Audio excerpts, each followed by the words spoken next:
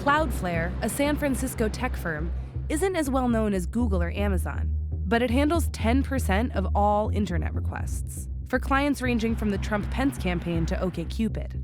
It also handled traffic for the neo-Nazi site DailyStormer, at least until last week, when Cloudflare CEO Matthew Prince decided to make the Stormer the first site ever to be kicked off his platform. Prince spoke with Michael Moynihan about opening the Pandora's box of policing speech on the internet. I found the DailyStormer repugnant. I am not shedding a tear that that content isn't online anymore. But one of my fellow employees came up to me the day that we took it offline and said, hey, is this the day the internet dies? There was no due process. You woke up one morning and you said, this is bad and I'm going to do something about it. The thing that was the tipping point for us was I woke up one day and opened Twitter, and there were a whole bunch of screenshots of some of the people behind the site saying Cloudflare actually supports us and the upper echelons of their leadership are white nationalists. But that's easily dismissed though, isn't it? You're absolutely right, but what it had become was such a distraction that we couldn't have the really important conversation about what role should Cloudflare be playing in regulating the internet.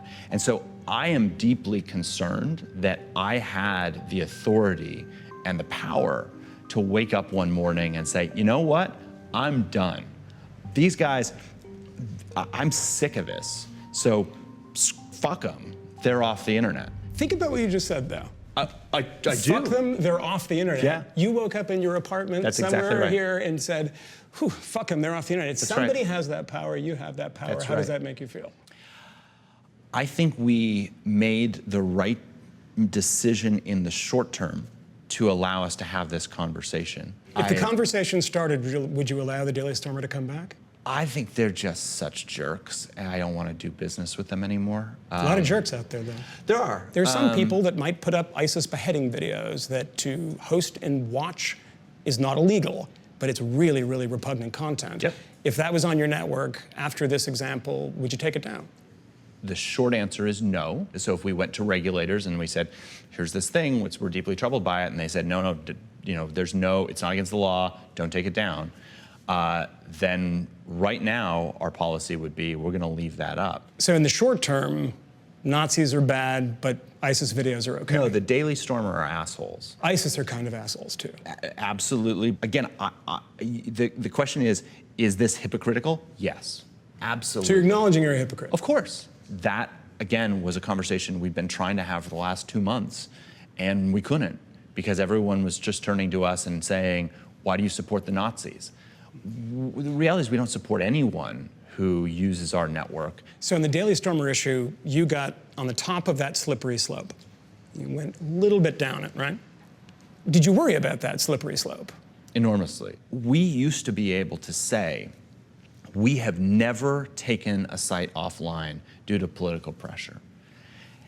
And we're having debate right now about whether we can still say that. You didn't take it offline from political pressure. You took it offline from a moral quandary that you woke up with one day. Well, maybe. Right. I mean, again, maybe. But as you said, would it have been a different outcome if the young woman hadn't been killed in Charlottesville?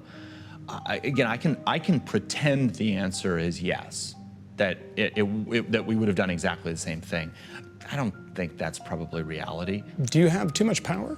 What we need to have is a conversation about where is it the right place for tech companies to be regulating the internet. And what I know is not the right answer is that a cabal of 10 tech executives with names like Matthew, Mark, Jack,